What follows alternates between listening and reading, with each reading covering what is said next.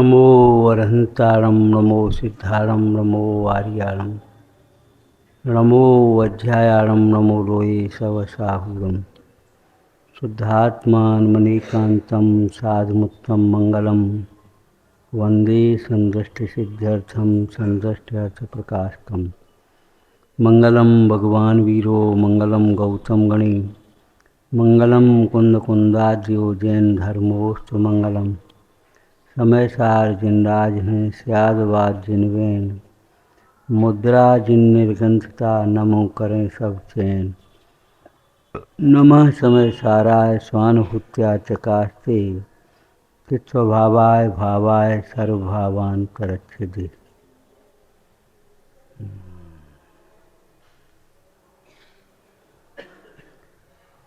आचार्य श्री कुंद कुंद स्वामी विरचित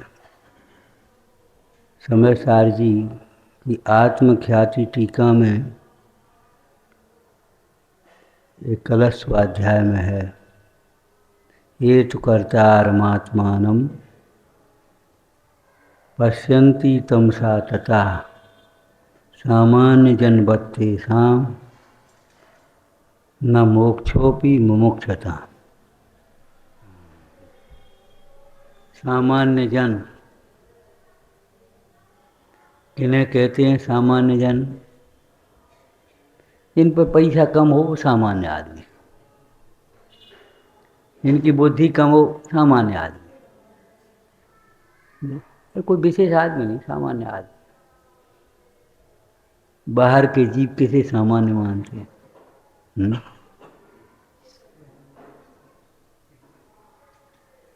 सामान्य जन क्या मतलब हुआ?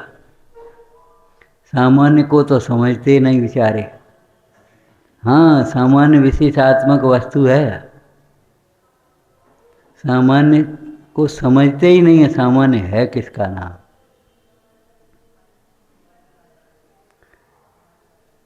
पर्याय को ही अपना मानते हुए जीव बहिरात्मा सामान्य माने ऐसे समझ देना।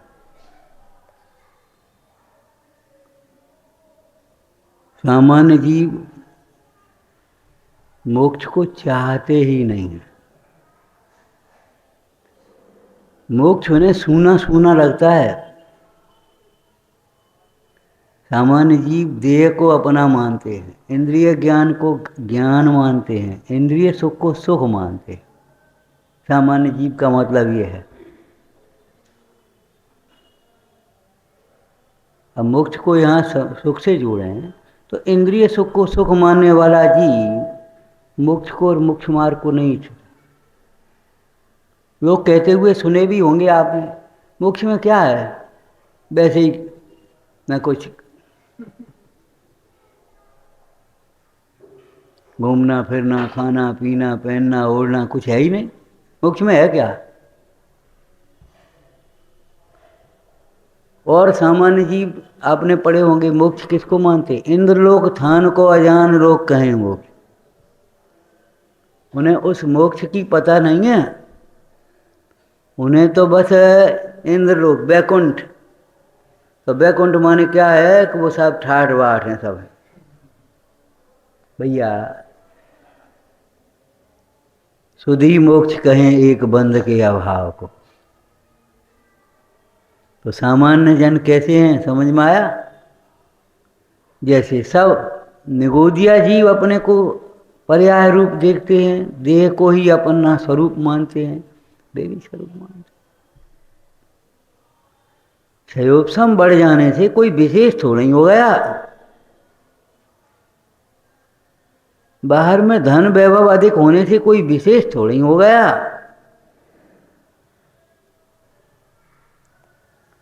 पुण्य का उदय अधिक है, इससे क्या मतलब हो गया? क्षयोपम अधिक है, इससे क्या फर्क पड़ता है? सामान्य जन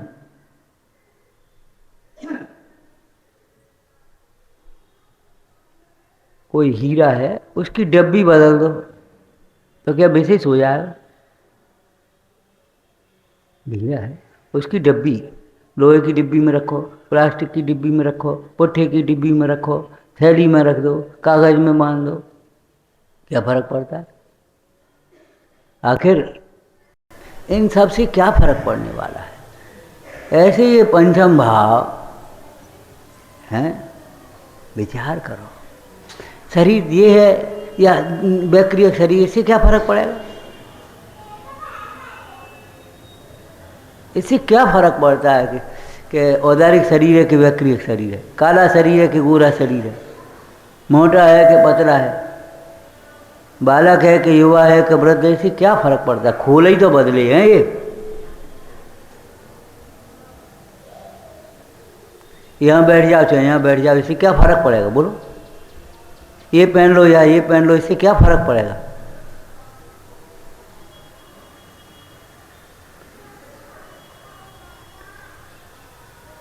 लौकिक दृष्टांत दिया था, जैसे मानव धर्म के पालन के लिए, मानवीय गुणों के लिए मानव को बस मानव मात्र देखो, उसे न धन वैभव से देखो, ये धनी है ये निर्धन है, अगर ये देखा तो आपका व्यवहार बदल जाएगा। धनी हुआ तो आओ साहब बैठो, और निर्धन है ठीक है होगा, कोई क्या करें। अगर आप जाति से देखेंगे तो आपका मानवता का निर्वाह नहीं कर पाएंगे। मानव बस इतना। जाति से देखोगे, प्रांत से देखोगे, भाषा से देखोगे, पद से देखोगे, माने संयोगों से कहीं से भी आप देखोगे तो मानव को मानव नहीं समझा, आपके जीवन में मानवता नहीं रहेगी। समझ में आया ना? ऐसे ही जीव को जीव नहीं देखोगे, सर्व जीव हैं सिद्ध साम, जीव को जीव नहीं देखोगे। अगर इंद्रियों से देखोगे, शरीर से देखोगे, संयोगों से देखोगे, औदैहिक भावों से देखोगे, छायोपशमिक भावों से देखोगे, तो आप उस जीव को नहीं समझ पाओगे।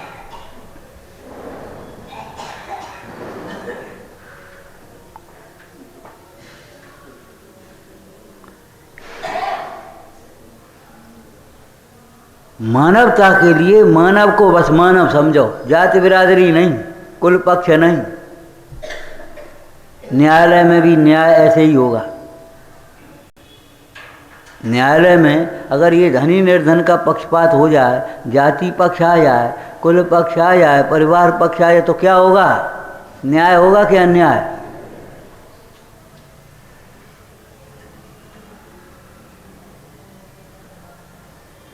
पंडित श्रावकाचार्य जी, पंडित सदासुखदास जी ने श्रावकाचार्य वचनिका में एक लाइन बहुत अच्छी लिखी है, पक्षपात की बड़ी अंधेरी है, उसमें सत्य असत्य नहीं दिखाई देता, पक्षपात की अंधेरी।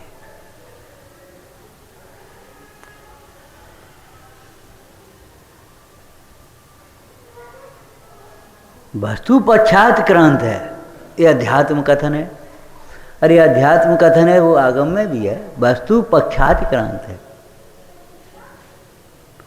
अतिक्रांत माने पार।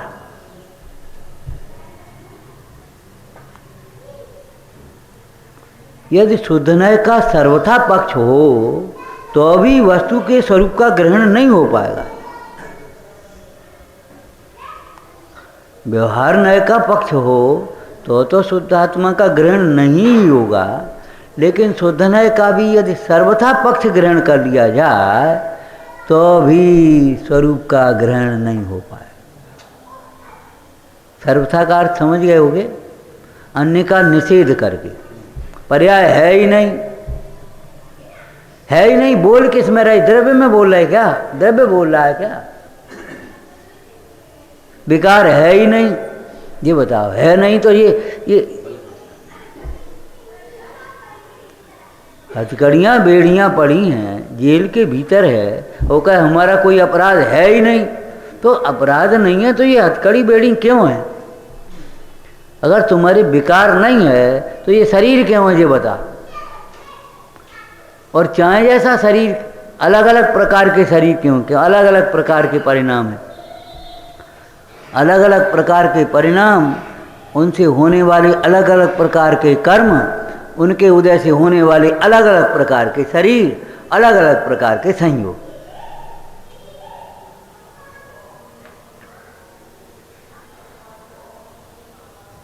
मोह है ही नहीं। मोह आत्मा का स्वभाव नहीं है, बिल्कुल ठीक बात है।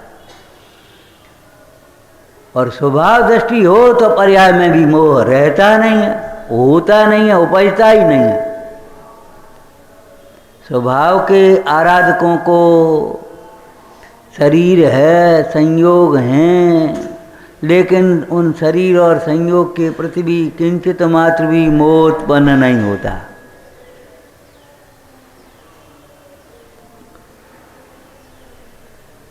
स्वभाव में मोह नहीं है।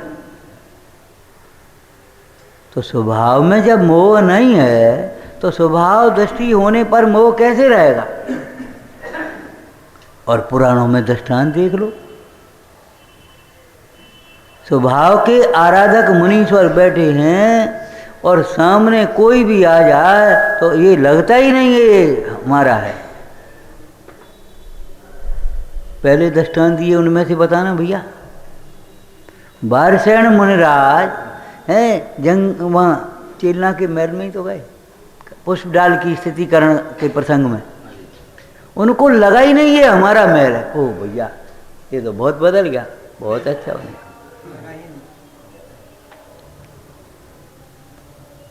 उनके सामने माता खड़ी है तो इनको लगता ही नहीं है ये हमारी माता है। क्यों? और वास्तविक बात है, सही है कि गलत है? उनको लगता नहीं, सही है ना। वो शरीर का जन्म से संबंध है। जब शरीर को ही हमने भिन्न, जहाँ दे अपनी नहीं, माता अपनी कैसे हो, महल अपना कैसे हो। जब शरीर तुम्हें अपना लगेगा तो कोई नहीं आपको ये कह नहीं सकता, रोक नहीं पाएगा ये माता मेरी है, ये मेरी माता है। शरीर अपना लगेगा तो लगेगा, बिल्कुल लगेगा, ये हमारी माँ है, ये हमारे पिता है, ये हमारे भाई हैं, ये हमारा परिवार है, ये हमारा व्यापार है, ये हमारा घर है, ये हमारी जन्मभूमि है। रिटायरमेंट हो गया, सब हो गया, और अभी भी निकल जाओ उस स्कूल के सामने से तो जगह क्या में हम पढ़ते, जहाँ आओ स्कूल है। रिटायरमेंट हो गया, अब कोई संबंध नहीं है कितना, और सब बदल गया पूरा। और क्या में हम पढ़े, जहाँ आओ।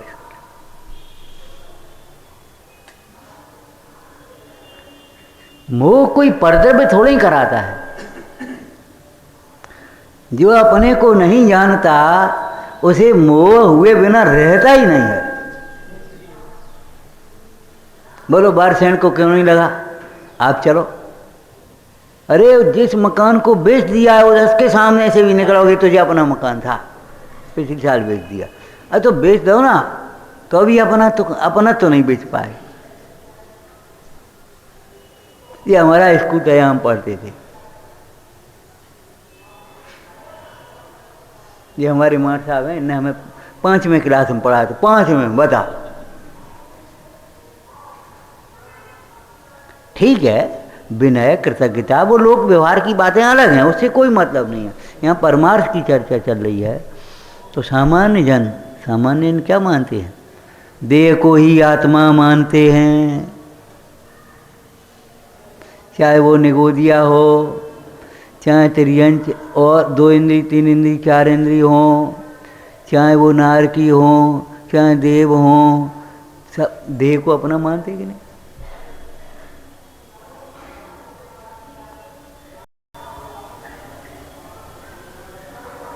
उस बच्चे को ये लगता है अभी तो हम बच्चे हैं, और इनको ये लगता है अब क्या बुढ़ापा है। लेकिन उस बच्चे को नहीं ये लगता हम बच्चे नहीं हैं, हैं? याद है तुमको? हम जैन धर्म के बच्चे हैं पर नहीं श्रद्धा के कच्चे हैं, वीतराग देव के अनुयायी। वीतराग देव को मानेंगे, निर्गंथ गुरु को जानेंगे, धर्म अहिंसा धारेंगे। हम जैन धर्म के बच्चे हैं पर नहीं श्रद्धा के कच्चे हैं। ये मत सोच लेना कि बच्चे हैं तो बच्चे हैं, तो शरीर ही तो बच्चा है भाई। 11 वर्ष की उम्र में कुंद कुंद स्वामी दीक्षा लेकर के खड़े हैं, कोई बात हो जाए तो कहे महाराज आवे तो हम छोटे हैं, आचार्य महाराज से ऐसे कहते होंगे, महाराज अबे तो हम छोटे हैं। क्या छोटा है, क्या छोटा है? जो छोटा है उसे तो हमने छोड़ दिया है भाई। देह के प्रति निर्मम, सामान्य जन का अर्थ समझ में आया? जो प्राप्त पर्याय में तन्मय हैं। चारों गतियों में चार संज्ञाओं की समानता है कि नहीं? देखो,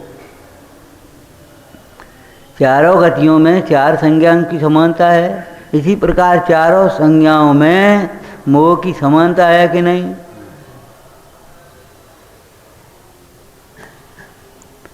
सिद्ध गति को अनुपम कहा ध्रुव, अचल और अनुपम। तो अनुपम की व्याख्या में क्या आया? अमृतचंद स्वामी ने क्या टीका की अनुपम? तीन गतियों में वो क्या नाम, चार गति हैं, तीन का को, चार गतियों में संसार में कथनचित समानता है। मोक्ष गति, पंचम गति उससे विलक्षण है। अरे आपके शरीर है, उस गाय के भी शरीर है। शरीर में अंतर वो अलग है, लेकिन उसके भी शरीर है, इसको भी शरीर है। आप भी आहार संज्ञा है, इनको उसको भी आहार संज्ञा, उसको भी भय संज्ञा, उसी को भय संज्ञा, उसी को मैथुन संज्ञा, उसको मैथुन संज्ञा, उसको परिग्रह संज्ञा, उसको परिग्रह संज्ञा। वो गाय भी जानती है ये हमारा घर है, ये हमारा मालिक है। ये आ गया कसाई, थर थर कांपने लगे दूर से ही देख करके।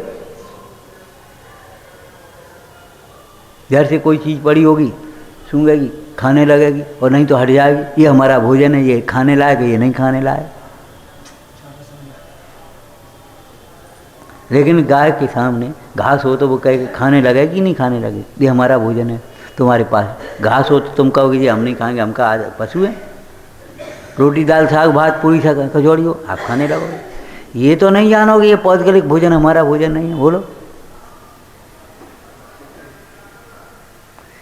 ये पौद्गलिक रूप हमारा रूप नहीं है। ये पुद्गल के कार्य हमारे कार्य नहीं हैं। ये पौद्गलिक भोग विषय ये हमारे विषय नहीं है। नियम सार जी टीका करते हुए मुंडाज ने क्या कहा? हम जैसों का विषय। कैसे शब्द हैं? हम जैसों का विषय, ये हमारा विषय नहीं है भाई।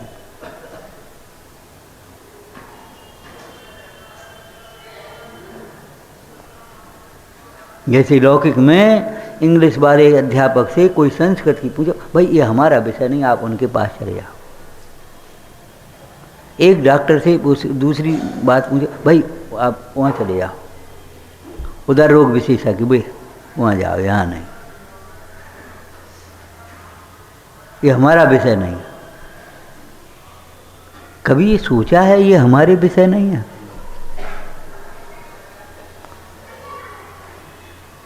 ज्ञान हमारा स्वरूप है और ज्ञायक भाव ही हमारा विषय है, ये समझ लेना चाहिए जानने योग्य।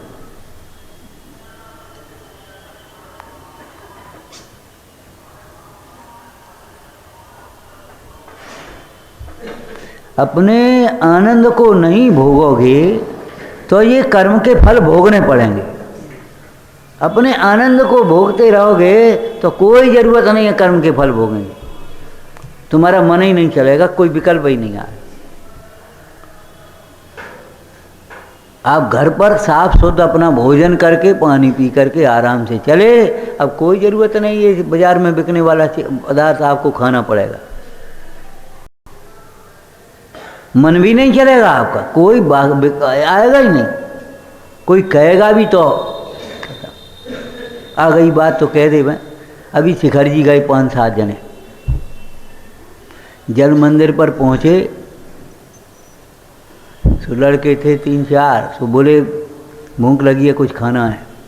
तो उनमें 3 लोग थे, महिला थी, एक शायद आदमी था। तो बोले देखो भाई हम तो वंदना किए बिना कुछ नहीं खाएंगे, हमारा तो नियम, हम तो नियम लेके चले जब तक पूरी वंदना नहीं कर लेंगे हम कुछ नहीं करें। बोले बड़े नियम बारे हो गए तुम, हमें तो भूख लगी, हम तो खाएंगे। कि भाई तुम जानो। उन 3 लड़कों ने पकौड़ियाँ खाई वहाँ पकौड़ियों। एक लड़का 10 मिनट में एक्सपायर हुआ, 2 लड़के बेहोश, कुछ बेसन में कुछ में कोई कुछ गिर गया होगा, कोई आ गया होगा बेचारे, कोई जानबूझ करके नहीं दिया वो अलग बात है, लेकिन आ गया कुछ।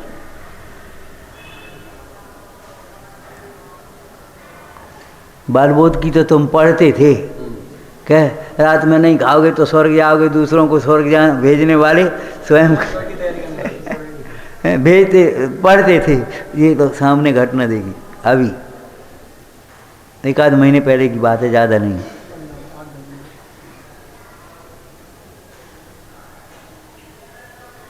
लेकिन जब बताओ तुम घर से भूखे चल दिए तो फिर तो जो होगा सो खाओगे, उसमें क्या बात है।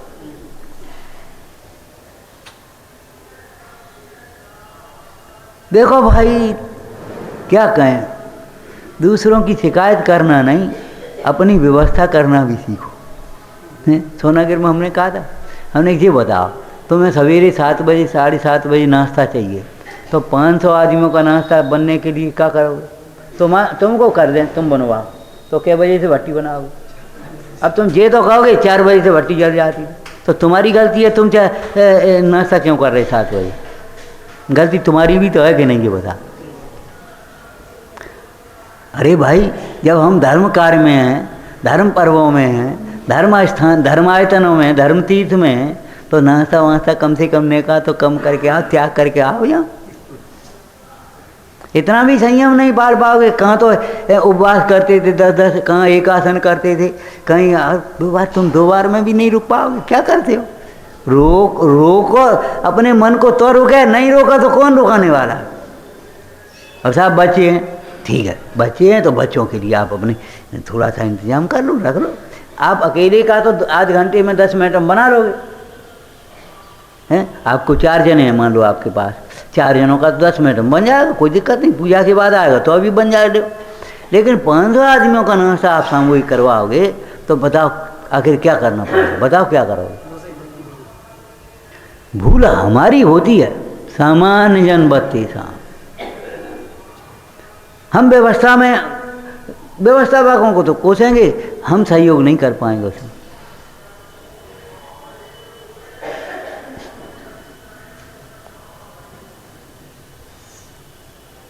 हम कहते पूजा की सामग्री ज़रा जल्दी बनती थी, तो हमने कहा भैया पुजारी बोला है कल से आध घंटे लेट, उनसे भी कह दी। अब वो 10-20 आदमियों की आदत तो होती है, अबे तक तरफ नहीं बनी हमारी। ये भैया जब आध घंटे लेट है तो आध घंटे लेट आओ, तब तक आप पाठ कर लो, बैठ करके माला फेर लो, स्वाध्याय कर लो। भैया हड़बड़ क्यों करते हो?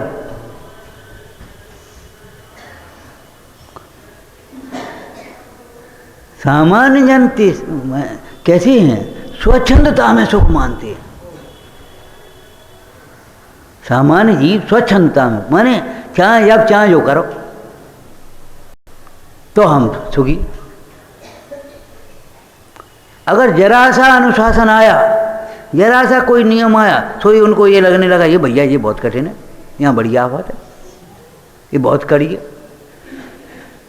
कड़ा क्या होता है? सामान्य जन माने, समझ गए ना? सामान्य जन माने देह को अपना मानने वाले, पुद्गल का रूप अपना रूप मानते हैं, पुद्गल के कार्यों को अपना कार्य मानते हैं, पौद्गलिक घर को अपना घर मानते हैं, पौद्गलिक भोगों को अपना भोग मानते हैं, और इच्छाओं की पूर्ति में आनंद मानते हैं, मोक्ष में सूनापन मानते हैं, संयम में कष्ट मानते हैं। हो गई 7 तत्व के नहीं हो गए? बहुत कठिन है जैन धर्म, बहुत कठिन है। कहीं कठिन क्यों भाई? जैन धर्म बहुत आनंद रूप है। धर्म ध्यान आनंद रूप पे लगे आपको, तो फिर अब आप समझो कि ये क्या हो गया तुम्हारा सामान्य जन। सामान्य जन एक वाक्य सुना होगा, भैया कुछ आगे उकेले कर ले, कुछ मोक्ष मार्ग में तो वहीं चले जाओ मोक्ष, हमें क्या करना, हम तो यहीं ठीक है। अपनी जिस भाषा को बोल लेंगे। अभिमान में चाहे कुछ बोल सकता है, कोई दिक्कत नहीं। मोही जीव, अभिमानी जीव चाहे कुछ सोच सकता है, चाहे कुछ बोल सकता है, चाहे कुछ कर सकता है। कर सकता है, कर तो कुछ नहीं सकता।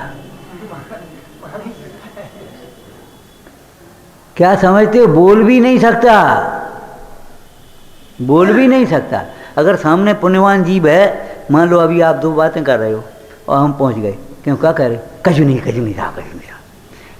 एक शब्द नहीं बोल पाओगे। बोला नहीं, कह तो रहे थे कछु, अरे कछु नहीं, वो कछु नहीं। क्यों कछु नहीं? तो फिर ऐसी फिर जी क्या नाटक हुआ? इसीलिए तो करिए सरल त्यों योग अपने लिखा है, चरणन योग द्रव्यानुसार चरणम होता है। ध्यान रखना, अपने आत्महित पर दृष्टि होगी तब तुम्हारा आचरण, तुम्हारा सोच, तुम्हारा विचार, तुम्हारे वचन, तुम्हारी चेष्टाएं निर्मल हो सकेंगी, विशुद्ध हो सकेंगी। आत्महित पर दृष्टि हो तब तुम्हारा व्यवहार होता है, और आत्मा पर दृष्टि आ जाए तो परमार्थ आ जाए। अब ना आत्मा पर दृष्टि है, ना आत्महित का अभिप्राय है, बस अपनी कसाय के पोषण में लगे हैं जैसे तैसे। कौन हो गया? सामान्य जन। एक शब्द इसी में आया, विशेष ज्ञान। विशेष ज्ञान शब्द आया। विशेष ज्ञान का अर्थ हमने क्या किया था? हाँ, विशेष ज्ञान का मतलब ज्यादा ज्ञान नहीं, आसव और आत्मा का विशेष नहीं जानने वाला जीव, ऐसा लिखा ना। वो क्रोधाधिक में स्थित होता है, कर्म संचय करता है, और आत्मा और आश्रव के विशेष को जानने वाला जीव।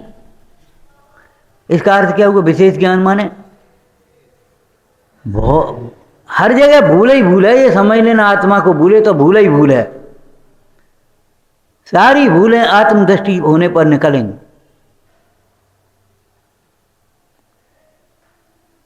आज भी हम अगर थेओ समझा रहे हैं, शैली याद है, कोई संस्कृत प्राकृत आते हैं, दृष्टांत 10-20 दे लेता है, भाई बहुत विशेष ज्ञान है साहब।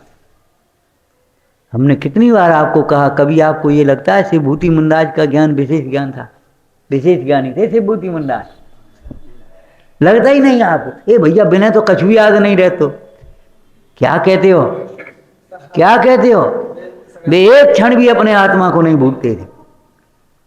याद करना नहीं पड़ता था, घोकना नहीं पड़ता था, बोलना नहीं पड़ता था, सोचना नहीं पड़ता था, उनकी धारा निरंतर बह रही थी, आत्मा आत्मा आत्मा आत्मा।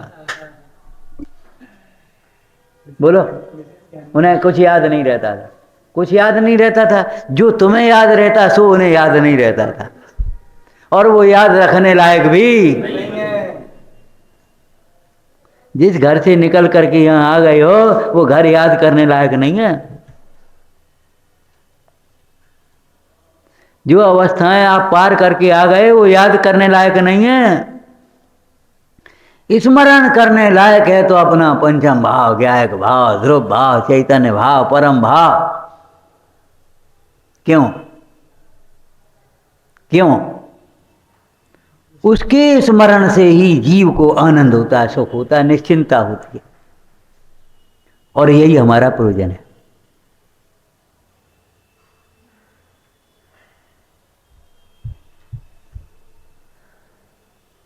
खूब विचार करो, दृष्टांतों से विचार करो, सिद्धांत को ग्रहण करो।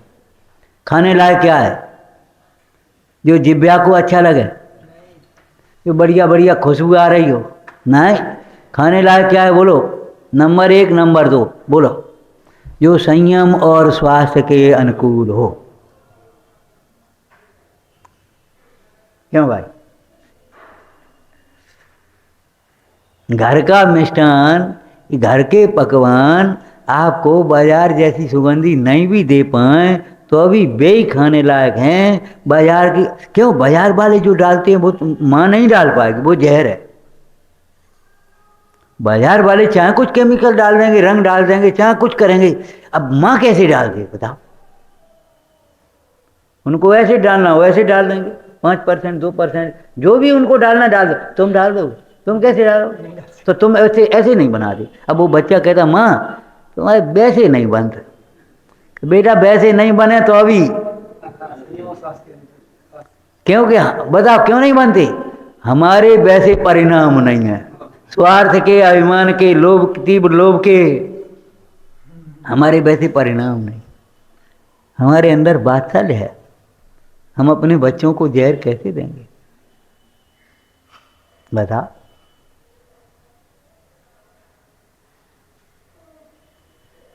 तो ये बताओ खाने लायक क्या है? जिसके खाने से तुम्हारे संयम का निर्वाह हो, स्वास्थ्य की अनुकूलता रहे, वह खाने लायक है। चाहे कुछ खाने लायक है। ऐसे ही जानने योग्य क्या है, स्मरण करने योग्य क्या है?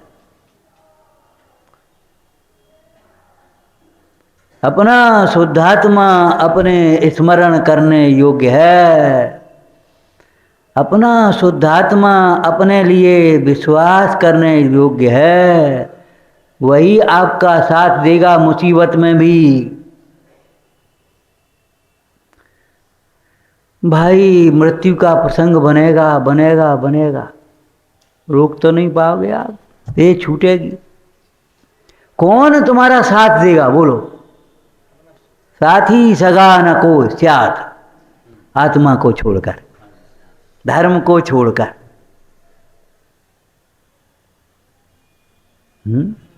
निश्चय न शुद्धात्मा कहेगा और व्यवहार न परमात्मा परमेष्टि भगवान को कहेगा। तो विश्वास करने लायक वही अपना शुद्धात्मा है। उस शुद्धात्मा का विश्वास करो। इनका क्या विश्वास? ये तो अभी छोड़ के चल देंगे, अलग खड़े हो जाएंगे सब। किसी के भरोसे अपराध मत करना, सजा तुम्हें अकेले को भोगनी होगी। सजा अकेले को भोगनी होगी। दुखी अकेले होना पड़ेगा नरक में, त्रियंच में, इस पर्याय में, उस पर्याय में। आत्मा को भूले, ये अपराध हुआ उसके चक्कर में, उसे अपना माना और अपने को भूले। अब अपराध हो गया, अब उसकी सजा अकेले को भोगनी पड़ेगी। वे सब परिवार यहीं रह जाएगा, वो सब समाज यहीं रह जाएगा। धन समाज गजबाज राज तो काज ना आवे। तो सामान्य जन समझ गए हैं भाई, देह को अपना मानते हैं। चार गतियों में कथनचित समानता है, पंचम गति इनसे न्यारी है, विलक्षण। चार गति कर्म के उदय में है और पंचम गति कर्म के नाश से होती। नाश पूर्वक, नाश से नहीं हो रही है, नाश पूर्वक हो रही है। वहां कर्म नहीं, कर्म के वियोग रूप है। चार गतियां विभाव का फल है, पंचम गति स्वभाव का फल। चार गतियां दुख रूप हैं, पंचम गति आनंद रूप है। चार गतियां भ्रमण रूप हैं, पंचम गति अचलता रूप है।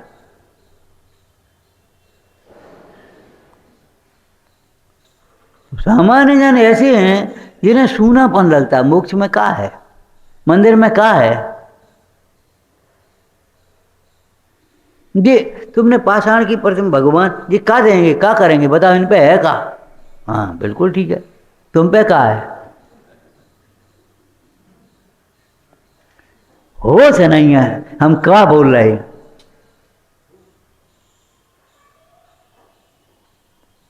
तुम्हारे पास क्या है? सुनो, कान खोल करके सुनो। जिसको तुम जिस चीज को अपना मानते हो वो तुम्हारा नहीं है, नहीं है, नहीं है, और होगा भी नहीं।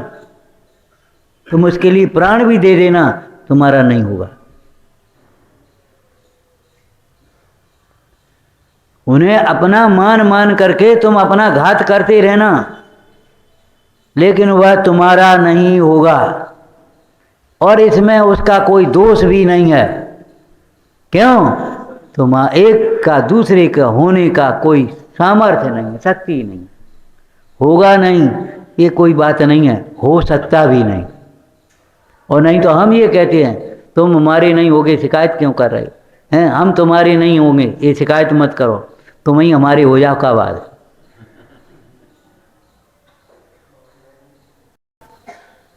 ये शिकायत क्यों करते हो? नहीं, बहुत आप स्वार्थी हो, आप किसी के नहीं होगे। हाँ किसी के नहीं होंगे तो तुम ही हमारे हो जा भाई। हम तुम्हें नहीं बचा पाएंगे, ध्यान रखना। तुम जो करोगे उसका फल तुम्हें भोगना होगा, हम नहीं बचा पाएंगे। अरे ये तो बहुत खराब आदमी है। अरे आदमी आदमी के काम आता है और ये कहता है हम नहीं बचा पाएंगे, हम कुछ नहीं कर पाएंगे। ध्यान रखना, तुम चोरी करते पकड़े जाओगे, तुम सजा भोगोगे, हम नहीं जानते। तुम नहीं पढ़ोगे, तुम फेल होगे, हम कुछ नहीं कर पाएंगे। तुम कुपथ करोगे तो तुम बीमार होगे, हम कुछ नहीं कर पाएंगे। ये लौकिक दृष्टांत हैं। ऐसे ही तुम देह को अपना मानोगे, हम कुछ नहीं कर पाएंगे, दुखी होगे, हम कुछ नहीं कर पाएंगे। भगवान नहीं कर पाएंगे कि हम तुम्हारी पूजा करें तो। भगवान से कहा, भगवान हम देह को अपना माने, हम चाह कछु करें, तुम्हें ज्यादा काम होता है, हम तुम्हारी पूजा करें, तुम्हारे लिए आलीशान मंदिर बनवा दें, वेदी बनवा दें, बढ़िया सोने हीरा की छत लगा दें हम आपके लिए, बताओ सो करें हम आपके लिए। बोले तुम जाए जो कुछ करने उसका फल तुम्हें मिलेगा, हम नहीं जानते, हम कुछ नहीं कर पाएंगे। देह को अपना मानोगे, हम बिल्कुल कुछ नहीं कर पाएंगे, दुखी रहोगे।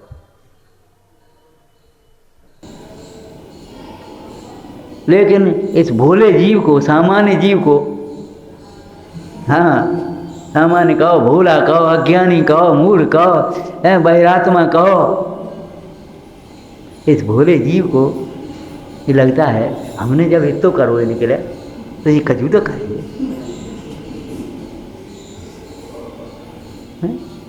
बताओ, हम ये मार साहब की पानी भरते रहे और सब काम करते रहे, खूब सेवा करते रहे। अब ये ऐसो तो नहीं है, नेका तो नकल करा ही देंगे, नहीं पास तो करा ही देंगे। मास्टर बोले तुम चाहकर करो, जो कुछ करना हो सो करो, हमको हैं उसका फल तुम्हें मिलेगा। स्वार्थ बुद्धि होगा और निस्वार्थ भावना बहुमान भक्ति से करोगे, वो अलग होगा विनय का, लेकिन हम तुम्हें पास नहीं कर पाएंगे। अरे कराने की बात तो ये है, हमारे पास भी अगर कापी आएगी तो हम भी पास नहीं कर पाएंगे। और सुनना है वो, बोलो ये सिद्धांत है कि नहीं? ये क्वालिटी है उसकी, ईमानदार की। लेकिन सामान्य जीव इस जीव को नहीं समझते। अरे सामान्य जीव प्रभु की प्रभुता को समझते नहीं है, जिससे वे प्रभुता मानते उसे प्रभुता नहीं है। और नहीं तो समंतवत स्वामी को क्यों कहना पड़ता नातस्तमस्नो महान।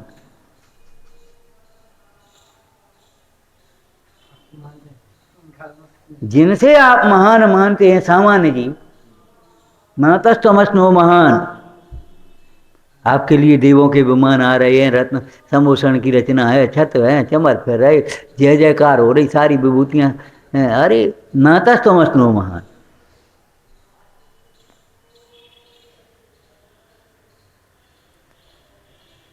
जीव को केवल जीव देखो हुआ, तब बनेगी बात। संयोग से देखना अपराध है, पर्याय मात्र देखना अपराध है। पर्याय है, हम ये नहीं करे पर्याय नहीं है, द्रव्य तो पर्याय होगी, लेकिन पर्याय मात्र देखना अपराध है। और लौकिक में भी किसी को वर्तमान मात्र देखें अभी यहाँ, तो अपराध होगा कि नहीं होगा? और नहीं तो खड़े हो जाओ, एक एक की तलाशी लेते जाओ, किसके पास कितना है, उसी हिसाब से इनकी संपत्ति का मूल्यांकन करें तो क्या होगा? करोड़पति को दरिद्र मानना पड़ेगा कि नहीं? जब ये बताओ, यहाँ पूजा कर रहा है धोती दुपट्टा मंदिर के पहन करके बदल करके, अब हमने उसी समय तलाशी ली, बोलो किसके पास क्या है, कौन कितना बड़ा आदमी, बताओ, खड़े हो जाओ। जिसके पास जितना है उतना ही हम मानेंगे। नहीं, ये नहीं चलेगी। तो ये बताओ, भगवान को अगर संसारी मानोगे, अगर वर्तमान पर्याय मात्र मानोगे, मानना पड़ेगा कि नहीं? बोलो आपको। अनंत वैभव से संपन्न, अनंत प्रभुता से संपन्न उस भगवान को बताओ आप क्या मानोगे? वर्तमान पर्याय मात्र मानोगे तो ये तो बिल्कुल मूल है। अब सहज ज्ञान स्वरूप जिसके आश्रय से केवल ज्ञान प्रकट होता है, वैसे सहज ज्ञान स्वरूप उस जीव को मूल मानना पड़ेगा कि नहीं? ये मूल है बिल्कुल।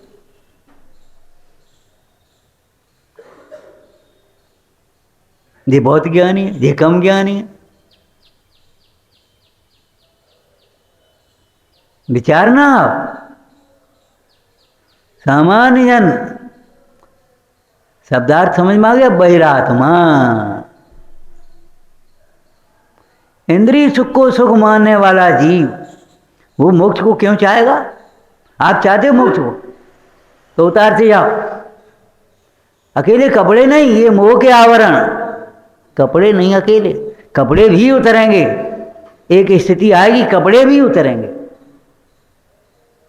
क्या कहा? जब तुम्हें देह से भिन्न आत्मा का अनुभव होगा, ये कपड़े बोझा लगने लगेंगे। इन कपड़ों से शोभा नहीं लगेगी, इन कपड़ों से बड़प्पन नहीं लगेगा, कपड़े छोड़ने की भावना जगेगी। और जब तीन चौकड़ी टूटे, कपड़े भी उतरेंगे, कपड़े भी उतरेंगे। ऐसा नहीं कि कपड़े रह जाएंगे। अरे मोक्ष की, जब मोक्ष होगा तो शरीर भी नहीं रहेगा, कर्म भी नहीं रहेंगे, विकल्प भी नहीं रहेंगे। कैसी बात है? मोक्ष होगा तो आनंद ही आनंद रहेगा और कुछ नहीं रहेगा, समझ लेना। ज्ञान ज्ञान ज्ञान रहेगा। तो जिन्हें मोक्ष चाहिए उन्हें ज्ञान ही ज्ञान इष्ट होना चाहिए, बाद बाकी और राग की पूर्ति इष्ट नहीं होना चाहिए। जो राग और राग की पूर्ति में सुख मानते हैं, चाहते, राग की इच्छाओं की पूर्ति चाहते हैं, मोक्ष को नहीं चाहते। मोक्ष इच्छा के अभाव रूप है। तो जो मोक्ष को चाहते ही नहीं है, उनको मोक्ष क्या होगा?